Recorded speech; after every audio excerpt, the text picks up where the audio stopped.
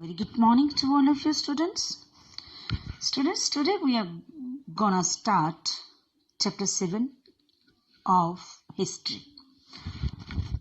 The chapter's name is Tribes, Nomads and Settled Communities. जनजातियां, खाना बदोश और एक जगह पर बसने वाले जो कम्युनिटीज थी, जो ग्रुप थे, उनके बारे में जानेंगे हम. स्टूडेंट्स, लास्ट जितने भी चैप्टर्स हम सेकेंड, थर्ड और फोर्थ चैप्टर्स जो हम पढ़ चुके हैं, उनमें हमने ये देखा कि जितने भी ये किंगडम्स थे, उनका वो रोज कैसे हुए, फेल कैसे हुए, उनका पतन कैसे हुआ. ठीक है. Even as this was happening, new arts, अब ये सब कुछ होने के बावजूद भी new arts, crafts and production activities flourished in towns and villages. इन सब जितनी भी हैपनिंग्स हुई थी, इन सब के बावजूद जितने भी ये आर्ट है, कला है, प्रोडक्शन एक्टिविटीज है, ये फिर भी गांव और शहरों में, विलेजेस में कैसे फलती फूलती रही, कैसे एकदम फ्लोरिश्ड होके बाहर निकली. ठीक है. Over the centuries, important political, social and economic developments had taken place. Even ये सारी developments, economic है, social है, ये सारी developments जो हैं, उन्होंने एक अपना अलग स्थान बनाया, अलग जगह बनाई उन्होंने, वो भी flourish होके आई. ठीक है. But social change was not the same everywhere, because different kinds of societies evolved differently. लेकिन इनके बावजूद अलग अलग जो टाइप के जो सोसाइटीज़ थी, वो अलग अलग तरीक़ों से, सोशल जो समाज था उनका, वो अलग अलग तरीक़ों से विकसित हुई, डेवलप हुई वो है. It is important to understand how and why this happened. अब हमने ये समझना है कि ये सब कुछ जब हुआ तो वो कैसे हुआ और क्यों हुआ. ठीक है. देखिए, this paragraph, in the large part of the subcontinent, society was already divided according to the rules of Varna. ये सब कॉन्टिनेंट के एक ऐसे बड़े हिस्से में, बड़े पार्ट में जितनी भी ये सोसाइटी थी, ये डिवाइडेड थी according to the rules of the varna के रूल्स जो बने हुए थे, उसके अकॉर्डिंग डिवाइडेड थी. ठीक है. These rules as prescribed by the Brahmins. और जो ये वर्णों में डिवाइडेड करने वाले कौन थे? ये थे ब्राह्मण लोग. ठीक है. ये ब्राह्मण लोगों ने इन सारे समाज को डिवाइड किया हुआ था कि वो शूद्र है, वो वैश्य है, वो क्षत्रिय है, ब्राह्मण है, हम इस टाइप से. ठीक है. Brahmans were accepted by the rulers of the large kingdom. और क्या था कि ये सारा जो डिवाइडेशन थी ना, ये बड़े बड़े राजाओं द्वारा, रूलर्स द्वारा, और राज्य जितने भी किंगडम से, उनके द्वारा ये एक्सेप्ट किया गया था. ये सब कुछ वो ब्राह्मणों के कहने पे ही चलते थे, जो रूलर्स थे उस टाइम के. ठीक. The difference between the high and low and between the rich and poor increased. अब उनके बीच में उस समय क्या होता कि ब्राह्मणों के द्वारा ये डिफरेंसेस क्रिएट किए जाते थे कि वो छोटी जाति का है, वो बड़ी जाति का है, वो रिच है, वो पुअर है. तो ये डिफरेंसेस क्रिएट किए जाते थे. वो इन सारी चीज़ों को ब्राह्मणों का कहना मान के रूलर्स एक्सेप्ट भी करते थे. Under the Delhi sultans and the Mughals, this hierarchy between social classes grew further. अब जब दिल्ली सुल्तान थे, तब उनके टाइम पे, मुगलों के टाइम पे, ये जो समाज था, ये जो सोसाइटी थी, सोशल क्लासेस थी ना, ये ज़्यादा जो थी ना, बढ़ रही थी. ग्रीव, इनके जो नियम थे वो बहुत ज़्यादा हार्ड होते चले जा रहे थे, कठिन होते चले जा रहे थे. ठीक है. उसके बावजूद भी नेक्स्ट टॉपिक हम देखते हैं, beyond big cities tribal societies. अब इन सारी चीज़ों से परे, पीछे हटके जो सोसाइटीज थी, वो कौन सी थी? वो ट्राइबल सोसाइटीज थी. ठीक है. उनके बारे में हम देखेंगे. There were however other kinds of societies as well. Many societies in the subcontinent did not follow the social rules and rituals prescribed by the brahmanas. ठीक है. अब इन सब से हटके कौन सी सोसाइटीज थी? इन सब से हटके जो सोसाइटीज थी वो थी ये ट्राइबल्स लोग जो रहते थे जंगलों वगैरह में जो रहते थे ट्राइब्स।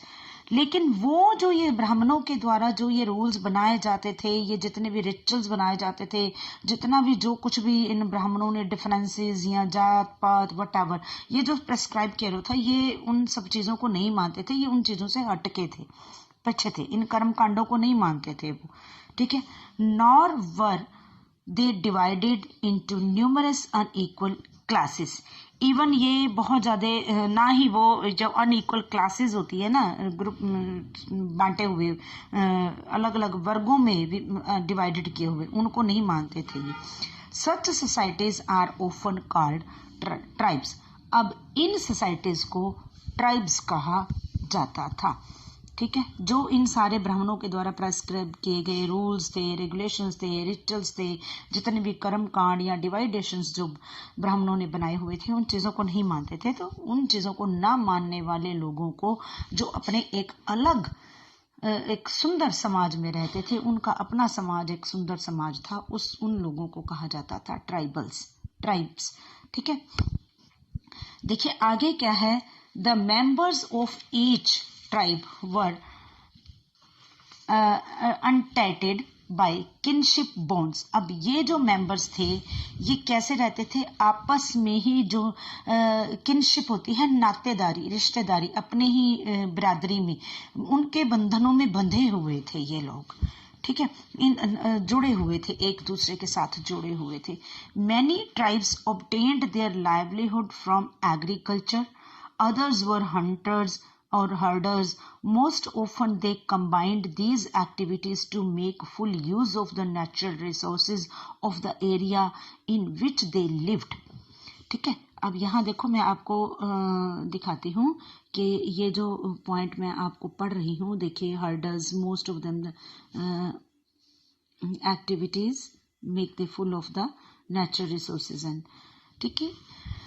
तो ये क्या था, ये जितनी भी ये ट्राइबल्स लोग थे, ये अपने जीवन को चलाने के लिए ना, अपनी मतलब डेली का जो खाना पीना, जीवन को चलाने के लिए ये क्या करते थे, एग्रीकल्चर करते थे, खेती करते थे। उन इनमें से ही कुछ लोग ऐसे थे जो हंटर गैदरर्स थे। हंटर गैदरर्स के बारे में हम 6 में पढ़ चुके हैं। हंटर गैदरर्स और हर्डर्स हैं, जो शिकार करने जाना और इकट्ठा करके, हर्डर्स यानी कि इकट्ठा करके ले आना और फिर अपने पास उनको पालना, जानवरों को हर्डर्स यानी कि पालने वाले, जो अपने पास ही भेड़ें, बकरियां, ये सब चीजें जो पाल के रखते थे, वो थे इनमें से। और most often they combined these activities to make full use of the natural resources of the area in which they lived. जिस एरिया में वो रहते थे, वो अपनी एक्टिविटीज को पूरा करने के लिए, अपने जीवन को चलाने के लिए, वहां के जो नेचुरल रिसोर्सेज थे उनका अच्छे तरीके से यूज करते थे, फुल यूज करते थे। सपोज करो वो जंगल में कहीं पे ऐसी जगह पे रह रहे हैं जहां पास में नदी बह रही है, तो पानी को वो फुल यूज करते थे, नहाना धोना, अपने एनिमल्स को, अपने जो भी उनके लाइफ स्टॉक होता था उनको नहलाना, पानी पीना। और आसपास जंगलों से ही जड़ी बूटियां, मेडिसिनल प्लांट्स भी उन्हें मिल जाते थे, भोजन भी उनको मिल जाता था, जानवरों के लिए भी मिल जाता था। तो वो नेचुरल रिसोर्सेज का फुल यूज करते थे, ठीक है। Some tribes were nomadic and moved from one place to another. और नमैदिक लोगों के बारे में भी हम पढ़ चुके हैं, जो नोमैड्स होते हैं, यानी वो एक जगह से दूसरी जगह पे घूमते रहते थे अपने जीवन को चलाने के लिए, अपने लाइवलीहुड को चलाने के लिए, ठीक है। A tribal group controlled and postures jointly. अब ये जो ट्राइबल ग्रुप थे, ये जितने भी थे, ये आपस में jointly and divided these amongst households according to its own rules। अब ये जितने भी ये जिन चीजों को ये यूज करते थे ना, ये अपने ही द्वारा बनाए गए रूल्स के द्वारा, जो इन्होंने अपने ही नियम बनाए हुए होते थे, उन नियमों के द्वारा ये आपस में ज्वाइंटली जो है बांट लेते थे, डिवाइड कर लेते थे उन चीजों को। सपोज करो उन्होंने किसी ऐसे 2 या 3 एनिमल्स का उन्होंने शिकार किया, इकट्ठे मिल के किया, तो उसको आपस में डिवाइड कर लिया, हिस्से बांट लिए उन्होंने। तो ये अपने ही उनके नियम बनाए हुए होते थे कि अगर मान लो एक ग्रुप ने शिकार किया है, दूसरा ग्रुप पीछे ध्यान दे रहा है, तो शिकार करने वाला जो है उसको सपोज करो ज्यादा मिल गया, पीछे वाले को थोड़ा कम मिल गया, यानी जैसे भी करके उनके अपने नियम होते थे, वो बांट लेते थे, ठीक है। Many large tribes thrived in different parts of the subcontinent. अब सब कॉन्टिनेंट के बड़े हिस्से, अलग अलग हिस्सों में ये जो ट्राइब्स थे ना, ट्राइबल लोग, तो ये फैले हुए थे, बस रहे थे अलग अलग जगह पे. They usually lived in forests, hills, deserts and places difficult to reach. वो प्लेसेस जहाँ पे जाना बहुत हम जैसे लोगों के लिए बहुत मुश्किल होता है, उन जगहों पर रहते थे, जंगलों में, घने जंगलों में, हिल्स में रहते थे, डेजर्ट्स एरिया में रहते थे. वो प्लेसेस, ऐसे प्लेसेस चुनते थे जहाँ पे वो रहते थे, जहाँ पे कोई बाहर की जो लोग हैं, जो आम लोग हैं, वो कॉमन पीपल्स जो हैं, वो वहाँ पे इजीली नहीं जा सकते. Sometimes they clashed with the more powerful caste based societies. कई बार क्या होता था, जो ज्यादा पावरफुल कास्ट बेस्ड सोसाइटीज होती थी ना, जो जातियों में बटे हुए थे, उनके साथ इनका क्लैश भी हो जाता था, कॉन्फ्लिक्ट्स हो जाते थे, इनके आपस में झगड़े भी हो जाते थे. In various ways the tribes retained their freedom and preserved there separate culture. अब कई तरह से ऐसा क्या होता था कि इनकी ये ट्राइब्स जो है ना, रिटेन्ड देयर फ्रीडम, वो अपनी आज़ादी को, अपने कल्चर को, अपने ट्रेडिशंस को वो प्रिजर्व करके रखते थे, संभाल के रखते थे, यानी उसी में ही वो खुश रहना पसंद करते थे. हम लोग ज्यादातर देखते हैं ना, तो अगर कोई मूवी देखेंगे या कोई सीरियल देखेंगे या कोई पिक्चर देखे, तो ट्राइबल्स की पिक्चर हमारे दिमाग में एक ये आ जाती है कि वो उन्होंने आधे अधूरे से कपड़े पहने हुए हैं, ऊपर बड़े बड़े पंख लगाए हुए हैं, हाथों में उन्होंने हथियार, जो भाले पकड़े हुए होते हैं वो हैं, और उनका डांस है, हु हा करके उनका डांस चलता है. तो हमारे सामने पिक्चर वही आ जाती है. तो लेकिन फिर भी चाहे जैसा भी है, या उनके टाइम पे जैसा भी होता था, वो अपने कल्चर में खुश रहते थे. उनको अपना ही कल्चर और अपनी ही सोसाइटी पसंद आती थी, और वो अपने कल्चर को, सेपरेट कल्चर को वो प्रिजर्व करके रखते थे. ठीक है. But the caste based and tribal societies also depended on each other for their diverse needs. अब क्या था, चाहे वो थे बेशक, ये इनका आपस में इनके कॉन्फ्लिक्ट्स होते रहते थे कास्ट बेस्ड सोसाइटी के, लेकिन फिर भी वो एक दूसरे की जरूरतों को पूरा करने के लिए ना एक दूसरे को डिपेंड भी रहते थे. अब जो कास्ट बेस्ड सोसाइटीज हैं, वो बाहर से जो चीजें लेके आती थी, उनसे ये ट्राइबल लोग ले लेते थे. कोई ऐसा कॉमन सा रास्ता होता था जहां पर वो जंगल से निकल के बाहर आ जाते थे, और उधर से ये कॉमन पीपल, जो कास्ट बेस्ड, जो शहरों में रहने वाले लोग हैं, वो आ जाते थे. तो वहां पे ये आपस में एक दूसरे से चीजें जो हैं वो एक्सचेंज कर लेते थे. ये ट्राइबल लोग जंगल में, जो फॉरेस्ट में, जो वहां के नेचुरल रिसोर्सेज से जो चीजें प्रोवाइड होती थी, वो उनको दे देनी और उनसे वो चीजें ले लेनी. तो आपस में एक दूसरे की जरूरतों को पूरा करने के लिए ये एक दूसरे के ऊपर डिपेंड भी रहते थे. This relationship of conflict and dependence gradually caused both societies to change. ये एक दूसरे के ऊपर, ये कॉन्फ्लिक्ट्स होने के बावजूद भी, ये जो एक दूसरे के ऊपर डिपेंडेंस थी ना, ये सोसाइटीज में इन जरूरतों ने क्या किया था कि सोसाइटीज में चेंजेस लाने शुरू कर दिए थे, चेंजेस लाने का काम किया था उन्होंने. ठीक है. Who were tribal peoples? अब ये ट्राइबल्स होते कौन थे, या अभी आज भी मिलते हैं हमें, ऐसी बात नहीं है. जंगलों में हम पिक्चर्स देखते हैं या कुछ है, तो होते होंगे. Contemporary historians and travelers give very scanty information about tribes. अब हमारे जो हिस्टोरियंस हैं, ट्रेवलर्स हैं, या जो भी लोग बाहर से आए, उन्होंने अपने अकाउंट्स लिखे, ट्रेवलर्स ने, उनसे हमें ये बहुत कम इंफॉर्मेशन मिलती है ट्राइबल लोगों की, क्योंकि ये अपना जो ऐसा कल्चर है, या अपना जो इनकी जो अपना ट्रेडिशन है, उसके बारे में ये रिटर्न मटेरियल तो छोड़ते नहीं थे. इनको लिखना तो आता नहीं था, ना ही इनके कोई रिटर्न रिकॉर्ड्स होते थे. ठीक है. A few expectations apart tribal people did not keep written records. ठीक है. इनका रिटर्न रिकॉर्ड्स नहीं होता था, but they preserved rich customs and oral traditions. लेकिन ये प्रिजर्व करके क्या रखते थे, अपने रिच कस्टम्स को और ओरल ट्रेडिशंस को प्रिजर्व करके रखते थे. कैसे? These were passed down to each new generations. ये क्या करते थे, अपनी जो नई जनरेशन्स होते थे ना, इनके यंगस्टर्स होते थे, जो बच्चे होते थे इनके, उनको ये अपने ट्रेडिशंस के बारे में बताते रहते थे। सपोज करो इनके सोसाइटी में या इनके बिरादरी में जो लोग भी होते थे, उनमें से 10-15 लोग जो ओल्ड एज के हैं, बुजुर्ग हैं, उन्होंने अपने बच्चों को बताया, आगे यंगस्टर्स को बताया, फिर उनके आगे बच्चे हुए, बेबीज हुए, या उनके जो थे उनको बताया, उन्होंने आगे बताया। तो ऐसे करके वो एक दूसरे अपनी ही उसमें परिवार में बताते रहते थे, और वो ट्रेडिशंस जो हैं वो प्रिजर्व होते रहते थे। बच्चों को पता चलता रहता था कि हमारा ये वाला ट्रेडिशन है, हमारा ये कल्चर है, इस टाइप से। Present day historians have started using such oral traditions to write tribal histories. अब इन्हीं जो ओरल ट्रेडिशंस से, इन्हीं चीज़ों से एक दूसरे से पता लगने के बावजूद अब उन्होंने लिखना शुरू किया और प्रिजर्व करना शुरू किया। हमारे हिस्टोरीज इनकी जो हैं वो लिखना शुरू हो गई हैं, हिस्टोरियंस ने लिखना स्टार्ट कर दिया। ठीक है, अब आगे देखिए। Tribal people were found in almost every region of the subcontinent के ऑलमोस्ट हर रीजन में ये ट्राइबल लोग पाए जाते हैं। The area and influence of a tribe varied at different points of time. अब ये क्या है, the area and influence of the tribe varied at different points of time. अब इनका क्या होता था, इनका जो ट्राइबल्स का जो इलाका होता था, जो एरिया होता था ना, वो टाइम टू टाइम चेंज होता रहता था। उसमें उनका जो इन्फ्लुएंस है वो टाइम टू टाइम चेंज बदलता रहता था, वेरिड होता रहता था। ठीक है, some powerful tribes controlled large territories. अब इनमें से कई जातियां जो ऐसी होती थी जिन्होंने, जो शक्तिशाली होती थी, पावरफुल होती थी, वो कई जो लार्ज प्लेसेस होते थे ना, उनके ऊपर वो अपना कंट्रोल करके रखती थी। ठीक है, in Punjab the Khokhar tribe was very influenced during the 13th century. 13th century में पंजाब में खोखर जाति जो थी उसका प्रभाव था ज्यादा।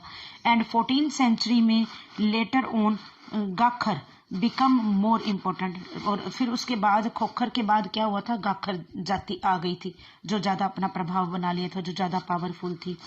There chief Kamal Khan Gakkhar was made a noble. अब कमाल खान जो गाखर जाति का था, वो उनका चीफ बना, हेड बना। और राजा अकबर, एम्परर अकबर के टाइम पे अकबर ने उसको मनसबदार बनाया था।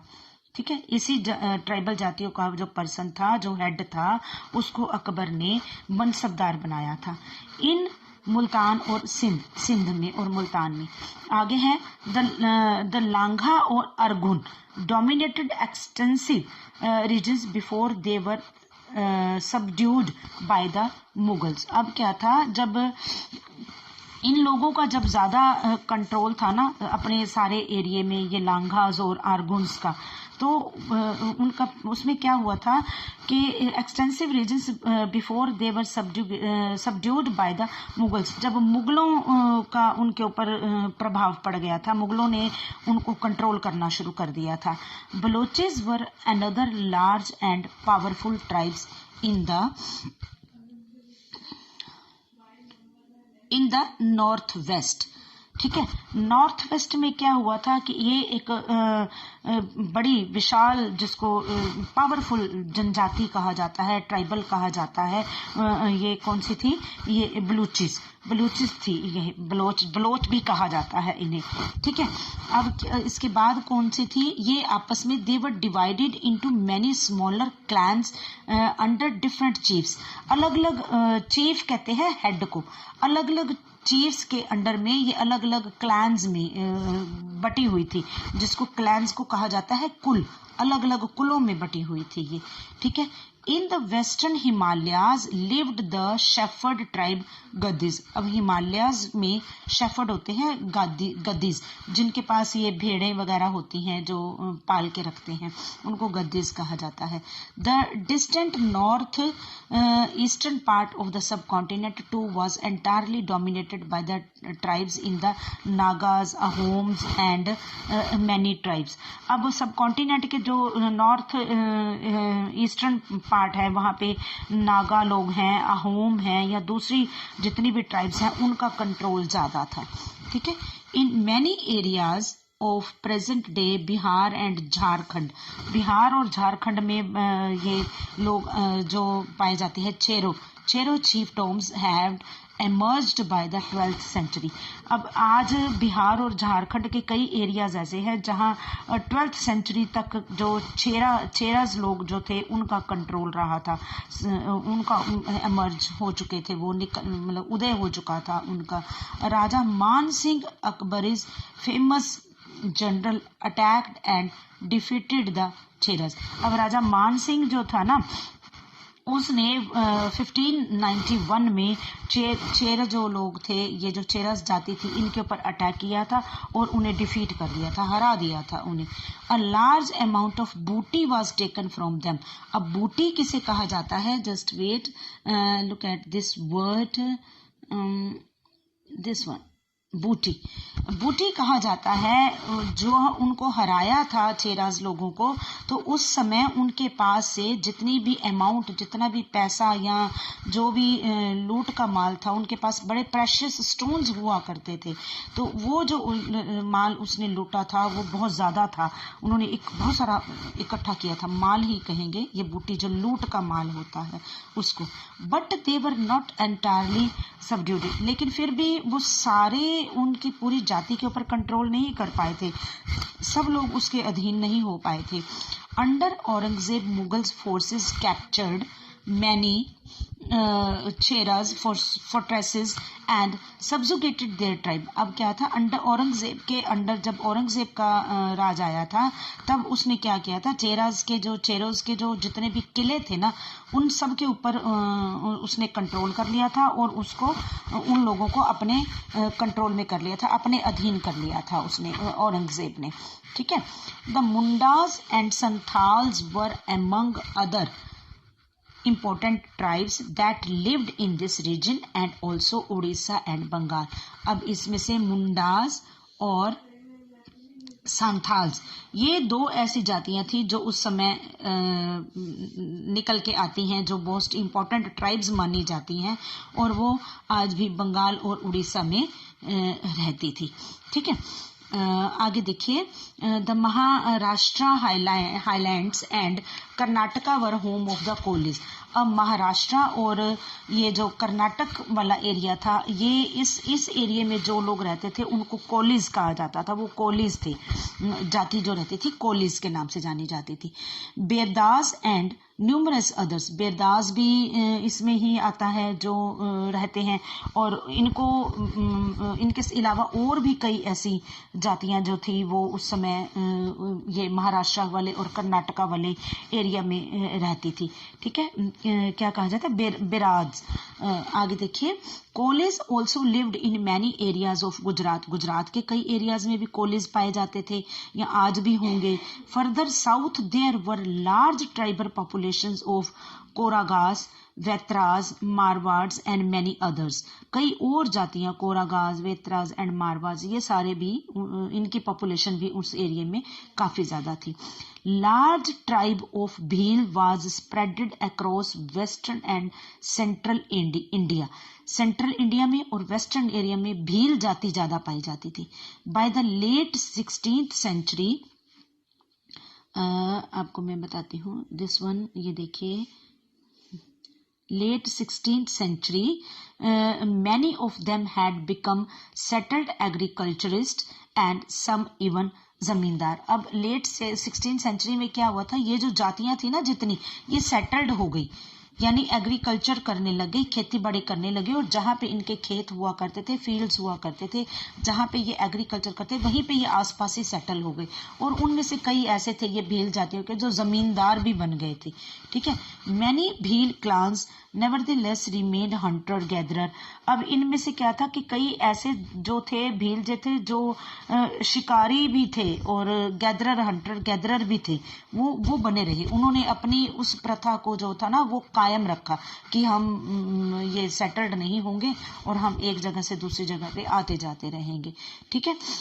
The Gonds were found in great numbers across the present day states of the Chhattisgarh. अब जो गोंड जाति है वो आज भी पाई जाती है, इधर छत्तीसगढ़ वाली साइड है, मध्य प्रदेश है, महाराष्ट्र है एंड आंध्र प्रदेश है। तो इन जातियों के बारे में हमने ये देखा कि ये किस किस एरिया में पाए जाते हैं। We will discuss the next topic, how the nomads and mobile people live. Nomads यानी जो इधर उधर घूमने वाले जो लोग थे, मोबाइल पीपल जो अपना सामान उठा के, जो अपने ठेलों के साथ, अपने जानवरों के साथ जो इधर उधर घूम घूम के अपना जीवन व्यतीत करते थे, जहां उनको जगह अच्छी मिलती थी वहां पे सेटल हो जाते थे। इनके बारे में हम नेक्स्ट टॉपिक में स्टडी करेंगे। ठीक है।